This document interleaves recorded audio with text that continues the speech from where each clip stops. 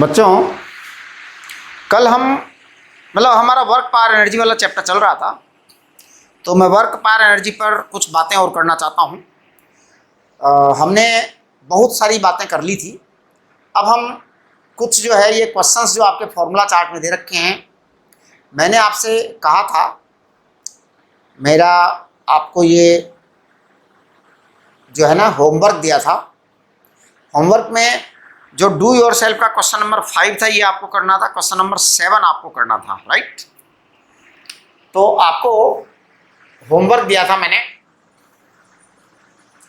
Do your self में question number 5 and question number 7, ये आपको करने के लिए दिया था मैंने, राइट।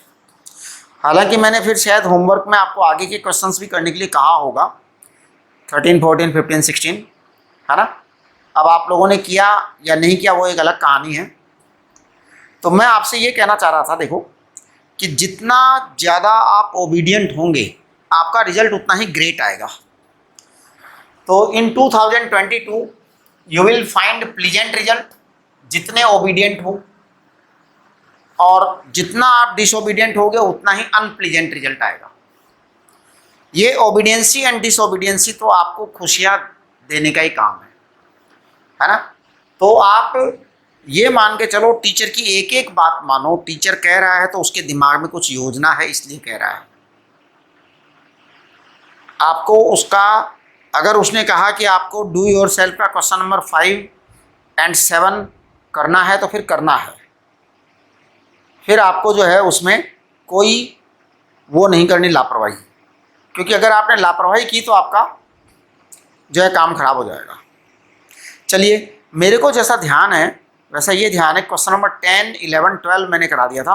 क्वेश्चन नंबर 13 की बात कर रहे हैं हम, है ना। देखिए क्वेश्चन नंबर 13, क्वेश्चन नंबर 13 जो है ये आप पढ़िए इसके अंदर, क्योंकि ये करना बहुत ज़रूरी है। ये क्वेश्चंस, इनसे आपके कंसेप्ट बनेंगे। तो मैं ये क्वेश्चंस करवा रहा हूँ आपको। If you have two springs that are identical except that spring 1 is stiffer than spring 2, ठीक है जी। एक K1 ग्रेटर देन K2 है, on which spring the more work is done if they are stressed using the same force. तो देखिए दो स्थितियां दे रखी है इन्होंने। पहला तो आपको गिवन है, व्हाट गिवन है? गिवन है K1 is greater than K2, ये आपको गिवन है। ये पहली चीज आपको गिवन है, राइट। दूसरी चीज क्या है? दूसरी चीज है कि आपको A और B दो अलग अलग सवाल दिए हैं, है ना। तो पहले सवाल में कहा है F सेम है, F सेम है यानी F1 बराबर F2 है। दूसरे वाले क्वेश्चन में इन्होंने कहा है कि स्ट्रेच सेम है, स्ट्रेच सेम है यानी X1 बराबर X2 है, ये X सेम है, ऐसा इन्होंने कहा। अब मैं इन दोनों सवालों के आंसर दे देता हूं, आपको दे दूं। चलिए, इन दोनों सवालों के आंसर तो मैं आपको दूंगा, लेकिन इनके आंसर देने से पहले आपको एक बात याद कराऊंगा जो मैंने कल करवाई थी। कल करवाई होगी या हो सकता है परसों करवाई होगी। बेटा मैंने कहा था work equal to u equal to half के x square, it is equal to half के x into x, equal to मैंने कहा था हाफ एफ एक्स, और मैंने ऐसा भी कहा था एफ स्क्वायर अपॉन 2 पे। ये दोनों चीजें मैंने, इतनी सारी चीजें बोली थी मैंने। आप चेक करिए अपना लेक्चर कि मैंने ऐसा बोला था कि नहीं बोला था। आप क्या समझ रहे हैं? एक एक चीज काम आएगी, ये ध्यान रख लेना। एक भी चीज ऐसी नहीं पढ़ाते हैं जो आपके यूज की ना हो। अब आप देखो A, सबसे पहले A की बात कर लेते हैं। तो A में आपका F1 बराबर F2 है, तो F सेम है, तो मैं लिखूंगा work equal to U equal to F square upon 2 पे। ध्यान दीजिए F सेम है बेटा, और ये 2 कांस्टेंट है, इसलिए मैं लिख दूंगा कि work is proportional to 1 upon k. Work is proportional to 1 upon k. अब आप देखो K1 ग्रेटर देन K2 है, K1 ग्रेटर देन K2 है। जिसका K1 ज्यादा होगा उसका वर्क कम होगा। इसका मतलब W1 is less than W2 answer आएगा इसका। This is answer of part A. Second part देखिए, सेकेंड पार्ट में इन्होंने x को सेम कहा है। जब x को सेम कहा है तो आपका u बराबर या वर्क बराबर मैं लिखूंगा हाफ के एक्स स्क्वायर। एक्स सेम है इसलिए आपका वर्क प्रोपोर्शनल टू के आएगा। k1 ग्रेटर देन k2 है तो आपका work 1 is greater than work 2 आएगा। ये ऐसा ही आएगा आपका, करेक्ट। ये आपका क्वेश्चन नंबर कौन सा हो गया? 13 हो गया। That is very easy question, very easy question. अब चलिए अब हम बात करेंगे 14 नंबर। क्वेश्चन नंबर 14 को आप एक बार पढ़िए अच्छी तरह से मन लगा करके पढ़िए। क्वेश्चन नंबर 14 स्टडी करिए आप जब तक मैं बोर्ड साफ करता हूं। क्वेश्चन नंबर 14 पढ़ डालिए तेज स्पीड से। देखिए क्वेश्चन नंबर 14 मैं पढ़ रहा हूं। Block of mass m is moving on a smooth horizontal surface with speed v0, ठीक है जी, towards a vertical wall as shown, correct. v0 speed है जी, मासलेस स्प्रिंग है, स्टिफनेस k है, attached to the wall such that block compresses the spring as moves closer. The natural length is L0. What is the speed of the block as the spring has compressed by x? What is the maximum compression produced in the spring? Correct. Very good. देखिए सवाल क्या है उसको समझिए और आप समझ करके उसको अपने आप करिए। तो देखिए बहुत आसान सा सवाल है। करना क्या है कि ये आपका सीन है, यहाँ दीवार है, मजबूत दीवार है, ये आपका ग्राउंड है, यहां पर एक स्प्रिंग लगी है बेटा, यहां से एक ब्लॉक आ रहा है, कितने मास का है? m मास का है। किस स्पीड से आ रहा है? v0 से आ रहा है। देयर इज नो फ्रिक्शन, ये कह रहे हैं नो फ्रिक्शन, स्मूथ है जी, स्मूथ है। जब स्मूथ है तो इसका मतलब नो फ्रिक्शन है ना। हाँ अब देखो ये आएगा तो इस स्प्रिंग से डिसूम करेगा, इस स्प्रिंग से क्या करेगा? डिसूम। एक मिनट जरा चालू कर दिया क्या? हाँ ऐसा बहुत बार हो जाता है कि वीडियो ऑन ही नहीं करा होता और मैं बहुत देर पढ़ा देता हूँ और फिर पता है क्या होता है, पता लगता है वीडियो ऑन नहीं किया, फिर मेरे को दोबारा पढ़ाना पड़ता है। हाँ ऐसा हो जाता है बहुत बार। अब क्या करूँ, कई बार ऐसा होता है वीडियो अपने आप कट जाता है बीच में ही, जैसे पढ़ा रहे थे अपने आप ही वीडियो रुक जाता है। अब पता नहीं क्यों रुक जाता है, वो शायद फ़ोन की कुछ मेमोरी मेरी का चक्कर होता होगा। फिर वापस पढ़ा करके फिर कनेक्ट करना पड़ता है दो वीडियो को। कई बार आप देखते होंगे कि बीच में वीडियो जो है अचानक से जंप करता है, तो वही स्थिति होती है। तो ये स्मूथ होता है। अब देखो आप क्या हुआ ये कि ये आकर के इससे डिसूम करेगा, डिसूम करके इसमें अगर कॉम्प्रेशन x आया है तो अब ये पूछ रहे हैं कि कितनी स्पीड होगी उस समय। x कॉम्प्रेशन आया तो at what will B speed, what is speed at compression x, ये पूछा है इन्होंने।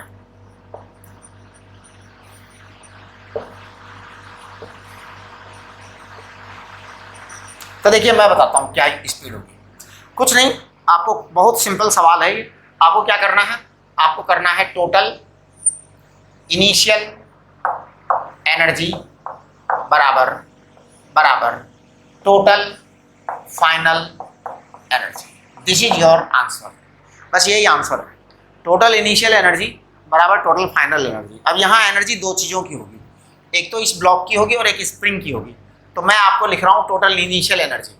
सबसे पहले ब्लॉक की एनर्जी लिख रहा हूँ half m v0 square, this is the energy of block, plus half k x square, this is the energy of spring.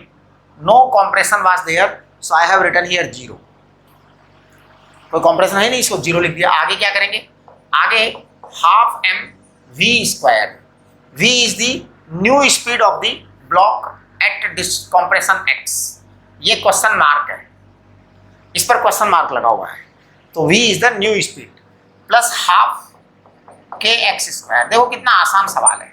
Total initial energy equal to total final energy, बात खत्म। अब देखो ये half m v0 square minus half m v square it is equal to half के x square. Half से half काट दो पूरी, है ना।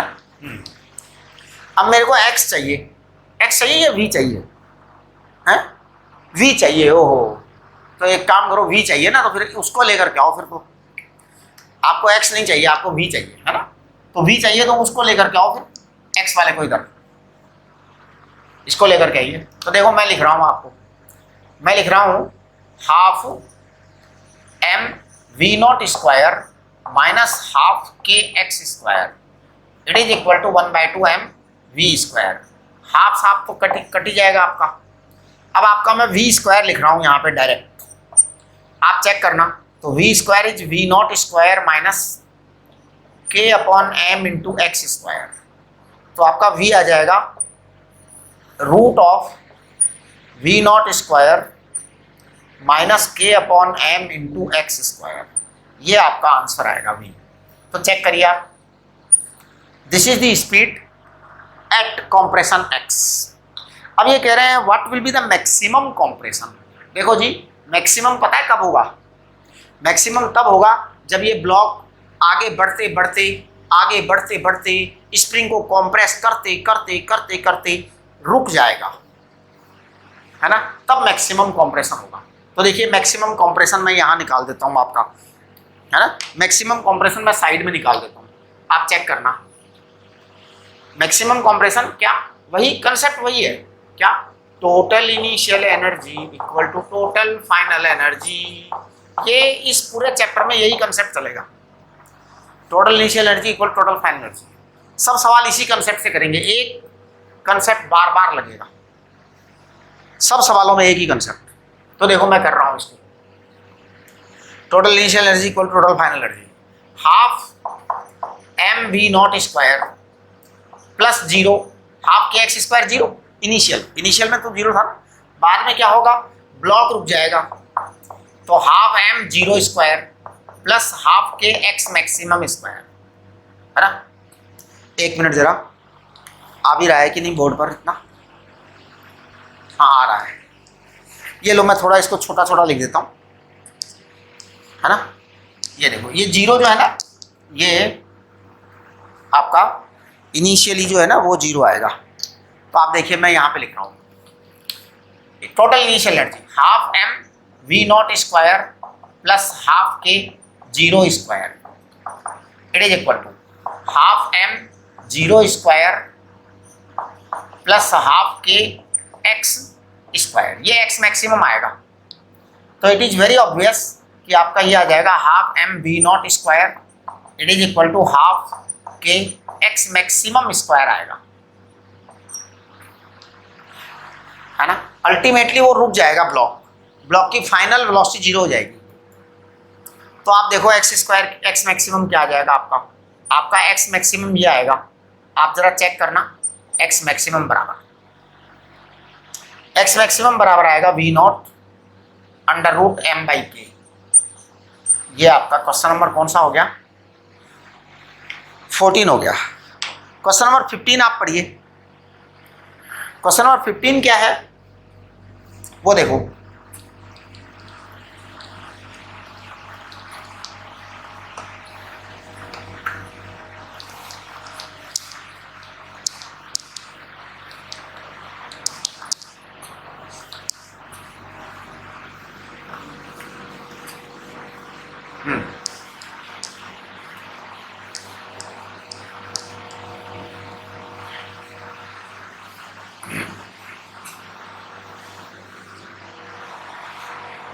हाँ जी। तो देखिए क्वेश्चन नंबर 15 क्या है, the kinetic energy of a particle moving along a circle of radius r depends on the distance covered as this. Okay, find the force acting on the particle as a function of s। Very good. देखिए ये सवाल बहुत अच्छा है। मैंने आपको circular motion पढ़ाया था, और सर्कुलर मोशन पढ़ाया, पता है क्या पढ़ाया था मैंने आपको सर्कुलर मोशन में रिजल्टेंट नेट एक्सीलरेशन पढ़ाया था। सर्कुलर मोशन की काइनेमेटिक्स पढ़ाई थी मैंने, और मैंने सर्कुलर मोशन में पढ़ाया था नेट एक्सीलरेशन। नेट एक्सीलरेशन क्या पढ़ाया था बेटा? नेट एक्सीलरेशन पढ़ाया था a centripetal square plus a tangential square. ये पढ़ाया था क्या? सेंट्रीपिटल स्क्वायर टेंजेंशियल स्क्वायर, ये नेट एक्सीलरेशन आपको पढ़ाया था। आज हम उसी का यूज करेंगे, देखिए मैंने इसका यूज करना है मुझे, तो मैं लिख रहा हूं सबसे पहले क्या है काइनेटिक एनर्जी। काइनेटिक एनर्जी का क्या फार्मूला दे रखा है इन्होंने काइनेटिक एनर्जी दे रखी है k s square, a s square, sorry kinetic energy दे रखा है ए एस स्क्वायर। ठीक है बेटा, अब इस काइनेटिक एनर्जी को मैं लिख दूंगा हाफ एम वी स्क्वायर, तो मैं कह दूंगा 2a_s स्क्वायर बराबर एम वी स्क्वायर, है ना। मुझे इसकी रेडियस चाहिए, रेडियस दे रखी है ना आर, यस कैपिटल आर दे रखी है रेडियस। तो देखो centripetal force, F centripetal, F centripetal force क्या होता है M V square upon R होता है।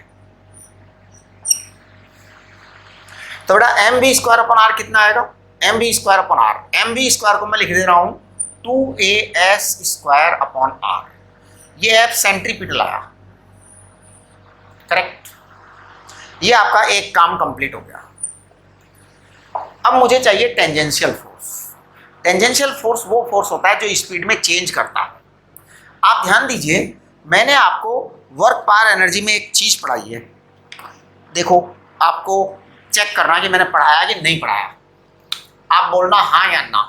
मैंने आपको पढ़ाया F बराबर minus d u upon D x या d u upon d r पढ़ाया है ना। इसको मैंने पढ़ाया था plus d kinetic energy upon D x या डी एस लिख दो, एक्स आर एस ये सब डिस्प्लेसमेंट है ना। हाँ तो देखो आपको हमने फोर्स ऐसे पढ़ाया था F equal to minus D upon D X kinetic energy upon D S, ये पढ़ाया था। आज हमारे पास में यही चीज है, तो देखो मैं लिख रहा हूँ F टेंजेंशियल, ये टेंजेंशियल फोर्स होगा, ये स्पीड को चेंज करने वाला फोर्स है, rate of change of kinetic energy, tangential force. Kinetic energy change होगी तो इसका मतलब स्पीड चेंज होगा, तो F टेंजेंशियल देखो D अपॉन डी एस। ठीक है बेटा, काइनेटिक एनर्जी कितनी है ए एस स्क्वायर, आप इसको डिफरेंशिएट करो, डिफरेंशिएट करोगे तो ये आएगा 2a_s, एस स्क्वायर का डिफरेंशियल 2s आएगा, ये 2s आ गया। अब देखो हमने आपको नेट एक्सीलरेशन बताया था, ये आज मैं क्या करूंगा नेट फोर्स बता दूंगा, बिल्कुल उसी अंदाज में बताऊंगा, F नेट अंडर रूट। देखो बेटा नेट एक्सीलरेशन आपका ये था, आप इसको मास से मल्टीप्लाई कर दो तो क्या आ जाएगा फोर्स आ जाएगा, इधर भी और इधर भी। तो मैं कह दूंगा इसको F C square plus F T square, बस यही आपका रिजल्ट है, यही आपका आंसर है। अब आप एफ सी स्क्वायर को ये लिखो ईमानदारी से और एफ टी स्क्वायर को वो लिखो, तो देखो मैं लिख रहा हूँ यहाँ पे 2a_s स्क्वायर अपॉन आर का होल स्क्वायर प्लस 2a_s का स्क्वायर। अब देखिए ये आपके अंडर रूट में 2a_s है ना, इसको मैं बाहर निकाल देता हूँ, ये तो कैलकुलेशन का मैटर है, it is the matter of calculation, तो ये कोई इतनी इंपॉर्टेंट चीज़ नहीं है। ये यहाँ पे एक s बच जाएगा, तो मैं कहूँगा s square upon R square plus 1, ये आपका नेट फोर्स आएगा। चेक करिए है क्या, yes this is the net force. तो देखो कितना आसान सवाल है। आपने क्या किया, आपने ये वाला फॉर्मूला तो मैंने आपको सर्कुलर मोशन में पढ़ाया था, तो नेट एक्सीलरेशन को बेटा सब तरफ मास से मल्टीप्लाई कर दो, है ना। जैसे ये ए नेट था, तो ए नेट कितना था under root A C square plus A T square tangential square, तो आपने इसको मास से मल्टीप्लाई कर दिया, इसको भी मास से मल्टीप्लाई करोगे तो अंदर एम स्क्वायर हो जाएगा, एम स्क्वायर, तो ये क्या हो जाएगा फिर एफ नेट आ जाएगा। इसको आपने मास से मल्टीप्लाई किया तो ये एफ सी स्क्वायर हो जाएगा, ये एफ टी स्क्वायर हो जाएगा, तो ये चीज़ है। अब आपने ये काइनेटिक एनर्जी दे रखी थी, काइनेटिक एनर्जी को आपने ईमानदारी से हाफ एम वी स्क्वायर लिखा, तो ये 2a_s स्क्वायर बराबर एम वी स्क्वायर आया। एफ सेंट्रीपिटल, सेंट्रीपिटल फोर्स होता है M V square upon R, तो हमने M V square upon R, M V square की ईमानदारी से वैल्यू रख दी, आंसर आ गया। टेंजेंशियल के लिए हमने आपको बताया था कि जो फोर्स होता है जो स्पीड चेंज करेगा वो ये वाला फोर्स है। आप देखो ये आपको पिछले लेक्चर में या उससे पिछले लेक्चर में पढ़ाया हुआ है ना, तो आप चेक करिए D kinetic energy upon D S, ये काइनेटिक एनर्जी चेंज करने वाला फोर्स है, तो आप काइनेटिक एनर्जी आएगा आपका डी, काइनेटिक एनर्जी लिख दो यहाँ पे ए एस स्क्वायर, ये आपका 2a_s आ गया, आपका ये आंसर आ जाएगा। राइट। तो it is very simple question. अगला जो क्वेश्चन है ये थोड़ा सा जो है ना 16 question is very good question, है ना। ये क्वेश्चन जो है ना आपको पूरा का पूरा दिमाग लगाने वाला सवाल है। देखिए 16वां सवाल देखो, इसमें आपको फंक्शंस का ध्यान रखना पड़ेगा कि कौन सा फंक्शन कहाँ जाकर के यूज में आएगा। तो क्वेश्चन नंबर 16 को आप पढ़िए बड़े आराम से। मैं बोर्ड साफ करता हूँ, तब तक आप क्वेश्चन नंबर 16 पढ़िए।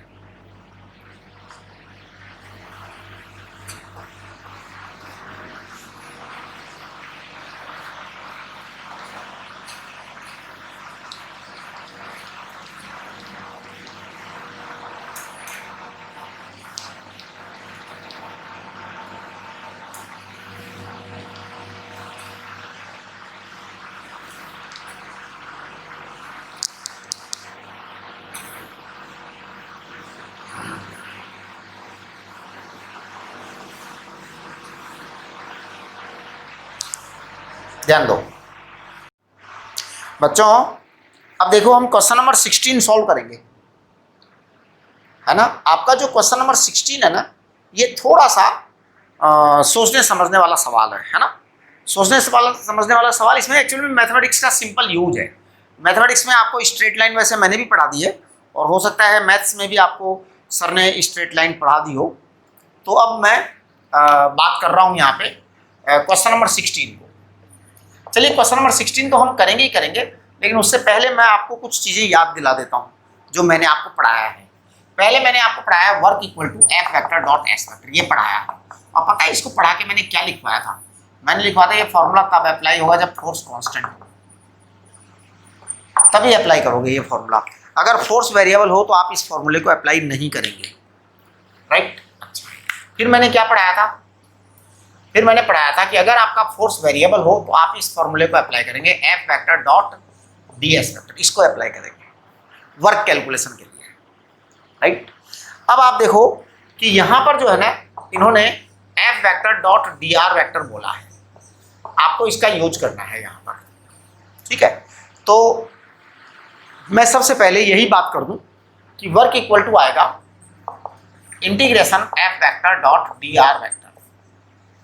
अब आपको वर्क इक्वल टू दे रखा है F vector dot D R vector. तो बेटा एफ वेक्टर क्या दे रखा है, देखो ये क्वेश्चन नंबर 16 जो है ना, इसको देखो मैं पढ़ रहा हूँ। Particle moves in X Y plane under the action of a path dependent force this, the work done by the force as it moves in X Y plane can be calculated by solving the integral this, correct, D R vector this, the position coordinates X and Y will vary according to the some constant. हाँ, वो मतलब एक path का रास्ता देंगे कि भैया ऐसे ऐसे चलना है, तो उस कंस्टेंट पर डिपेंड करेगा, करेक्ट, ठीक है। तो देखिए आप लोग इस क्वेश्चन को कंप्लीट पढ़िए, बिना पढ़े सवाल समझ में नहीं आएगा। कोई भी सवाल कंप्लीट पढ़े बगैर मत क्या करो, है ना। हाँ, अब देखो आपका एफ वेक्टर इन्होंने दे रखा है क्या, वाई आई कैप प्लस एक्स जे कैप, ऐसा दे रखा है इन्होंने, और डी आर दे रखा है डी एक्स आई कैप प्लस डी वाई जे कैप। मैं इसको डॉट प्रोडक्ट कर देता हूं, तो डॉट प्रोडक्ट करो, आई कैप को प्रोडक्ट करो, जे कैप को करो, तो वाई डी एक्स आ जाएगा प्लस एक्स डी वाई आ जाएगा, ये आपका आ गया। इसको हम इंटीग्रेशन को टुकड़ा टुकड़ा करके लिख सकते हैं, Y D X plus X D Y, ऐसे हम लिख सकते हैं, ओके बेटा। ये तो हमने ठीक है कर दिया। अब हम जरा इसके आगे का स्टेप करते हैं। पहला वाला आपका क्वेश्चन क्या है, देखिए क्वेश्चन ए में इन्होंने क्या किया है कि पार्टिकल को एक स्ट्रेट लाइन पे चलाया है और बोला क्या है 0 0 से ए पर, ओरिजिन से ए पर आ गया पार्टिकल। तो देखो आप, ये आपका एक्स है, ये आपका वाई है, ये एक्स है और ये वाई है। आपका पार्टिकल पहले ओरिजिन पर था, अब ओरिजिन से ए पर आ गया, ए। अब जब ऐसा आ गया तो आप एक छोटी सी बात बताइए मुझे कि बेटा इस स्ट्रेट लाइन की इक्वेशन क्या होगी, क्योंकि x बराबर y है। देखो ये a है, ये भी a है, ये भी a है, तो x बराबर y भी है। तो मैं इस स्ट्रेट लाइन की इक्वेशन को x बराबर y बोल दूंगा सीधा, या y बराबर x बोल दूंगा, y बराबर क्या बोल दूंगा, x बोल दूंगा। अब देखो, अब मैं इसका वर्क कैलकुलेट कर रहा हूँ। आपके पास में ये है Y D X plus X D Y. अब देखो मैं y बराबर x बोल रहा हूं, तो मैं x y की जगह लिख दूंगा x डी एक्स प्लस ये x है, इसको मैं लिख दूंगा y डी वाई। आप कहेंगे कि सर ऐसा क्यों किया? ऐसा इसलिए कि जिससे सिमिलर फंक्शन आ जाए तो हम इंटीग्रेशन कर सकेंगे। अगर सिमिलर फंक्शन नहीं होगा तो we will not be able to integrate, तो हम इंटीग्रेशन में फेल हो जाएंगे अगर डिफरेंट फंक्शन होगा तो। अब आप देखो इसमें क्या हुआ, आप इसको कर दो X square upon 2 plus Y square upon 2। आपकी लिमिट क्या है? 0 0 से a तक है, तो बस अब आप a रख दो, x की जगह a रख दो, y की जगह a रख दो, तो a square by 2 plus a square by 2, तो आपका आंसर आ जाएगा a square. This is your work done for the first part. तो आपका a वाले का आंसर आ गया, ये चेक करिए आपका आंसर। अब ये b वाले में इन्होंने जो कहा है ना, वो ये कहा है particle moves from 0 0 to a0 and then from a0 to aa, यानी ये दो टुकड़ों में मूव करवाया पार्टिकल, एक साथ मूव नहीं करवाया। यानी कि हालात ऐसे हो रहे हैं बी वाले पोर्शन का, आपको मैं हालात बता रहा हूं। तो देखो बेटा, 0 से यहां से चला पहले यहां तक, और फिर यहां से चला यहां तक, लास्ट में वहीं पहुंच गया। अब देखो दोनों सवालों में क्या अंतर है। इस क्वेश्चन में डायरेक्ट गया था यहां से यहां तक। आप सवाल पढ़िए, प्लीज स्टडी द क्वेश्चन। बिना सवाल पढ़े सवाल समझ में नहीं आते हैं, कोई भी सवाल बिना पढ़े समझ में नहीं आता है, इसलिए सवाल का एक एक शब्द पढ़िए, एक एक वर्ड पढ़िए, नो लापरवाही, है ना। हाँ, मेरी आदत थोड़ी सी खराब है, मैं अपनी खराब आदतें बता देता हूँ आपको। मैं सवाल को प्रिजुडिस कर लेता हूँ। अब इतने सारे सवाल कर चुके, इतनी सारी बार कर चुके, तो कई बार प्रिजुडिस कर देता हूँ। तो प्रिजुडिस कर देता हूँ तो उसमें से क्या होता है कि जैसे मैं जो सवाल को प्रिजुडिस करता हूँ तो वो 90% सही निकलता है। कभी कभी 10% केसेज में मेरा जो प्रिजुडिस होता है वो गलत हो जाता है। लेकिन आप लोगों के केस में क्या होगा, इसका उल्टा होगा। जैसे मैं सवाल को प्रिजुडिस करता हूँ तो 90% केसेज में सही प्रिजुडिस कर जाता हूँ, है ना। लेकिन आप लोगों के अभी इतनी प्रैक्टिस नहीं है ना, आपने इतने सारे सवाल थोड़ी कर लिए, तो आपके लिए केस में उल्टा हो जाएगा ये। इसलिए प्रिजुडिस आप मत करो, आप तो कंप्लीट क्वेश्चन पढ़ो, एक एक वर्ड पढ़िए, राइट। अब हम करते हैं। तो ये हमारा फर्स्ट स्टेप यहाँ से लेके यहाँ तक है, सेकंड स्टेप यहाँ से लेके यहाँ तक है, राइट। तो देखिए मैं स्टेप 1 की बात करूँगा सबसे पहले, यहाँ से लेके यहाँ तक। यहाँ से लेके यहाँ तक में एक चीज़ होगी, अगर मैं इस लाइन की इक्वेशन लिखूँ एक्स एक्सिस की, तो y बराबर 0 है। बेटा y बराबर 0 होने का मतलब क्या है? y बराबर 0 होने का मतलब है dy बराबर 0 है। यहाँ पर dy बराबर 0 है, राइट। अच्छा, ये वाली जो लाइन है इसको मैं कहता हूँ x बराबर a। इस लाइन का मतलब x बराबर a है, और जब x बराबर a है तो इस लाइन का मतलब x बराबर a है, तो dx बराबर कितना आएगा? 0 आएगा। इसमें y बराबर 0 है तो dy बराबर 0 आएगा, कांस्टेंट का डिफरेंशियल 0 होता है। इसमें x बराबर a है तो dx बराबर 0 आएगा, है ना। x का डिफरेंशियल 0 आएगा क्योंकि a कांस्टेंट है। ओके, अब मैं इसको करूंगा 1 बाई 1। तो b में देखिए सबसे first step work in step first, work in step first. तो मैं फर्स्ट स्टेप का वर्क कर रहा हूं। हमारा फॉर्मूला ये है, मैं ये फॉर्मूला अप्लाई कर रहा हूं, कर रहा हूं। देखना, integration y dx plus integration x dy करूं। सबसे पहले मैं यहां पर लिखूंगा y इक्वल टू 0 है तो y को 0 लिख दूं, 0 dx प्लस, फिर x तो आपका पता नहीं जो भी है, dy इक्वल टू 0 है तो उसको 0 लिख दूं। कुल मिलाकर के ये वर्क 0 आएगा। तो आपके फर्स्ट स्टेप में कोई वर्क ही नहीं आएगा। अगले वाले में देखते हैं second step, work in step 2। Step 2 में क्या हो रहा है, यहाँ पे यहाँ से वहां जा रहा है। तो देखो फॉर्मूला तो आपका वही रहेगा, वो बदलने वाला नहीं है।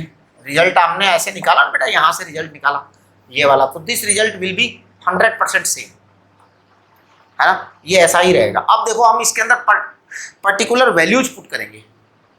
यहाँ आप देखेंगे तो इसके लिए आपका dx 0 आएगा, तो मैं लिख दूंगा इसको, क्या है ये, y तो y लिख दूंगा मैं, लेकिन dx को 0 लिख दूंगा मैं, प्लस। अब यहाँ देखो मैं x को क्या लिखूंगा, x को लिखूंगा मैं a, एक्स को क्या लिख दूंगा ए, और dy को dy रहने दूंगा। अब आप देखो ये चीज तो 0 आ गई आपकी, प्लस ये ए आप बाहर निकाल लो, कांस्टेंट क्वांटिटी है ना। dy का इंटीग्रेशन क्या होगा, y होगा, dy का इंटीग्रेशन y होगा। अब आप यहां पर लिमिट बना दो 0 से लेके a तक, तो a तो आपका पहले ही आ गया। अब y की आप लिमिट बनाएंगे 0 से लेके a तक, तो क्या आएगा, a माइनस 0 आएगा। इसका मतलब ये a स्क्वायर आ गया। इसका मतलब यहां भी वर्क उतना ही आया, तो दोनों केस में वर्क उतना ही आएगा। इसका मतलब work is not depending upon the path, work is not depending upon the path, यानी आपने स्ट्रेट पाथ से ले गए तब भी आपका वर्क यही आया, आप इधर से ले गए तब भी आपका वर्क यही आया। अगर आपको कोई चीज़ समझ में ना आ रही हो तो आप जूम सेशन में डिस्कस कर सकते हैं, जूम सेशन में डिस्कस कर सकते हैं। अब हम क्वेश्चन नंबर 17 को डिस्कस करेंगे। तो देखिए क्वेश्चन नंबर 17 डिस्कस कर रहा हूं मैं।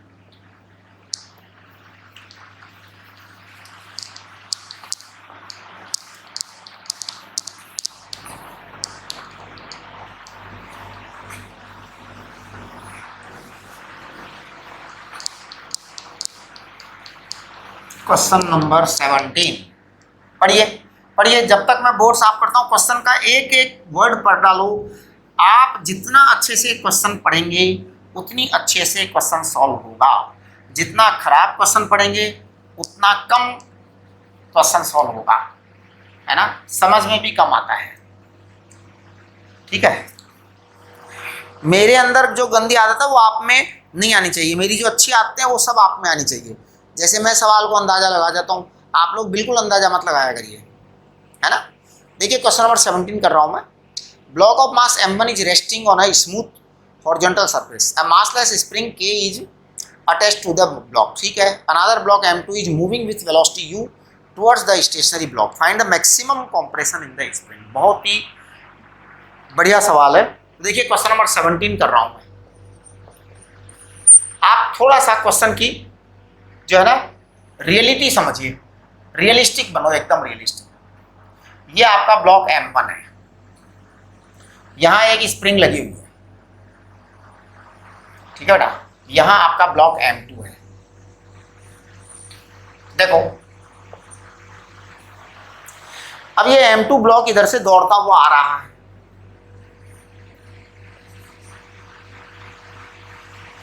ये M2 ब्लॉक इस स्प्रिंग से डिसूम करता है, डिसूम। जैसे ही टक्कर होती है, टक्कर होते ही स्प्रिंग दबना शुरू करती है, दबना शुरू करती है। M1 नहीं चल रहा है, M1 नहीं चल रहा है। फिर क्या होता है, धीरे धीरे M2 चलना शुरू करता है, M2 चलना शुरू करता है। फिर धीरे धीरे करके M1 चलना शुरू करता है। पहले M1 रेस्ट पर था, इधर से ये आया और डिसूम किया तो स्प्रिंग दबने लग गई, स्प्रिंग कॉम्प्रेस हो रही थी। स्प्रिंग जैसे जैसे कॉम्प्रेस होती जा रही थी, धीरे धीरे M1 भी आगे खिसकता चला जा रहा था, खिसकता चला जा रहा था। M1 धीरे चल रहा है, M2 तेज है, M2 तेज है। M1 धीरे चल रहा है, M2 तेज है, इसलिए स्प्रिंग दबती चली जाएगी। कब तक दबेगी स्प्रिंग, जब तक कि M1 और M2 की स्पीड बराबर ना हो जाए। बात को समझिए, इस दुनिया की यही नियम है। क्या, अगर एक सड़क पर एक ट्रक चल रहा है और एक कार चल रही है, ट्रक आगे चल रहा है, कार पीछे चल रही है। अगर मान लो ट्रक चल रहा है, ट्रक और एक चल रही है कार। अगर कार तेज स्पीड से चली, कार तेज स्पीड से चली, बहुत तेज स्पीड से, और ट्रक धीमा चला, और कार की स्पीड बहुत तेज है, ट्रक की स्पीड स्लो है ना, तो क्या होगा बताओ, डिशूम कार ट्रक के अंदर घुस जाएगी। और कार की टक्कर होने की संभावना तभी है जब ट्रक स्लो हो और कार फास्ट हो। अगर ट्रक और कार दोनों की स्पीड बराबर हो तो कोई संभावना नहीं है ट्रक की और कार की टक्कर होने की, दोनों सेम स्पीड से चल रहे हैं, कोई टक्कर होने के चांस नहीं है। ट्रक फास्ट हो कार स्लो हो तो टक्कर होने के चांस नहीं है। यानी टक्कर होने की कंडीशन ये है कि अगर सड़क पर ऐसी सीन है तो ये स्लो और ये फास्ट, तब टक्कर होगी। मैं यहाँ पर यही बात आपको बताने जा रहा हूँ कि ये M2 है बेटा, ये स्प्रिंग दबेगी, स्प्रिंग कॉम्प्रेस होगी, स्प्रिंग कॉम्प्रेस होगी। कब तक कॉम्प्रेस होगी, जब तक ये स्लो और वो फास्ट। तो कंप्रेशन कब रुकेगा? जब दोनों की स्पीड बराबर हो जाएगी। जब दोनों की स्पीड बराबर हो जाएगी। तो अब देखो मैं दोनों की स्पीड बराबर कर रहा हूं, कर दूं, कर रहा हूं बराबर। तो देखो ये आपको जो है ना लीनियर मोमेंटम कंजर्वेशन की बात करूंगा मैं। आपको हमने बताया था इनिशियल लीनियर मोमेंटम बराबर फाइनल लीनियर मोमेंटम, है ना, ये पिछले चैप्टर में बताया था एनएलएम के अंदर, मोमेंटम कंजर्वेशन बताया था ना। चलिए अब इनिशियल लीनियर मोमेंटम ये था m2u प्लस m1 0। बात का क्या है? बात का है m2v प्लस m1v, क्योंकि दोनों को बराबर चलाना है। दोनों को बराबर क्यों चलाना है? क्योंकि स्प्रिंग में मैक्सिमम कंप्रेशन चाहिए हमको। स्प्रिंग में क्या चाहिए बेटा? मैक्सिमम कंप्रेशन चाहिए। अब ये मैक्सिमम कंप्रेशन तभी होगा जब दोनों बराबर स्पीड से चलने लग जाएंगे। अब देखो जब दोनों बराबर स्पीड से चलने लग जाएंगे तो आपका v क्या आएगा? v आएगा आपका m2u अपॉन, ये आपका v आ जाएगा अगर दोनों बराबर स्पीड से चलने लग जाएंगे। ठीक, अब आपको चाहिए स्प्रिंग का कंप्रेशन, वो मैं बता देता हूँ आपका, बता दूँ। देखो स्प्रिंग का कंप्रेशन मैं कैसे निकालता हूँ, एनर्जी कंजर्वेशन से निकालूंगा मैं स्प्रिंग का कंप्रेशन निकाल रहा हूँ। कंसेप्ट क्या है? कंसेप्ट है टोटल इनिशियल एनर्जी बराबर टोटल फाइनल एनर्जी। बस हो गया, यही आंसर है, आंसर आ गया, इतना ही है आंसर। देखो कैसे मैं बताता हूँ। टोटल इनिशियल एनर्जी सबसे पहले half m2 into you square plus half m1 into zero square plus half k into zero square. ये आपका इनिशियल वाला मामला हो गया।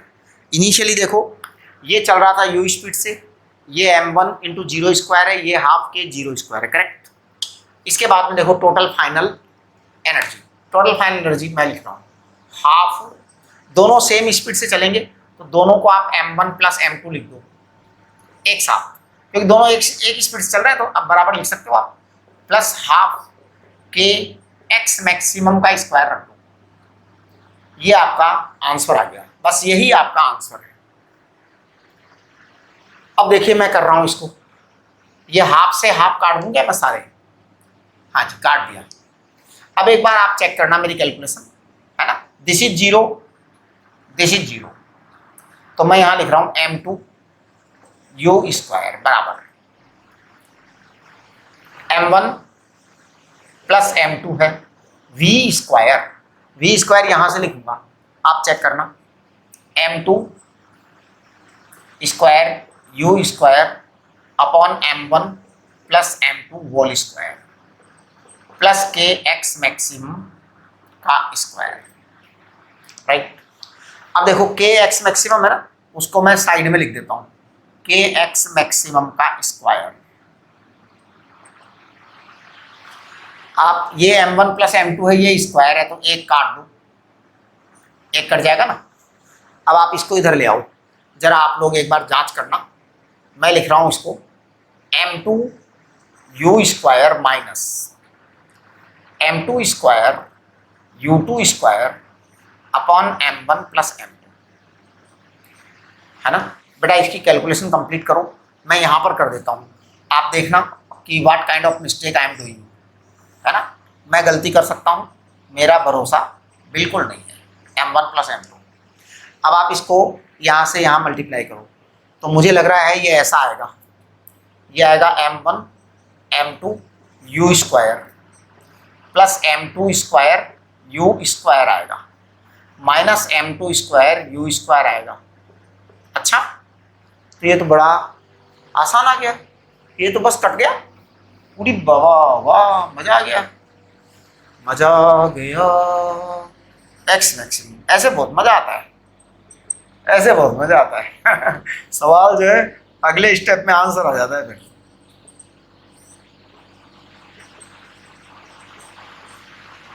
ये आ गया बेटा, ये एक्स मैक्सिमम आ गया, एक्स मैक्सिमम का स्क्वायर है ये, अपॉन के में आ गया नीचे। अब एक्स मैक्सिमम में आपको रूट लेना पड़ेगा, एक्स मैक्सिमम यू स्क्वायर है तो यू तो आएगा ये, और अंडर रूट में ये आएगा m1 m2 upon m1 plus m2 into के, ये चीज़ आ जाएगी। तो this is your answer. Check करिए आपका आंसर क्वेश्चन नंबर 17 का। बेटा एक बात सुनो, ये सवाल मैंने कर दिए हैं, इसका अर्थ ये नहीं है कि ये आपको नहीं करने हैं। मैंने कर दिए हैं, ये आपको 2 बार करने हैं। जो सवाल मैं करता हूँ इसका मतलब वो सवाल स्पेशल होता है ना, तो वो आपको 2-3 बार ज़्यादा करना चाहिए, है ना। जिस सवाल को मैं नहीं करता इसका मतलब वो सवाल इतना स्पेशल नहीं है ना। तो आप लोग जो है उन सवालों को ज़्यादा अच्छे से करा करो। अगले लेक्चर में हम ये इक्विलिब्रियम पढ़ेंगे और वर्टिकल सर्कुलर मोशन पढ़ेंगे, ठीक है। और उसके बाद में फिर उसके आगे वाले लेक्चर में हम कॉलिजन्स पढ़ेंगे।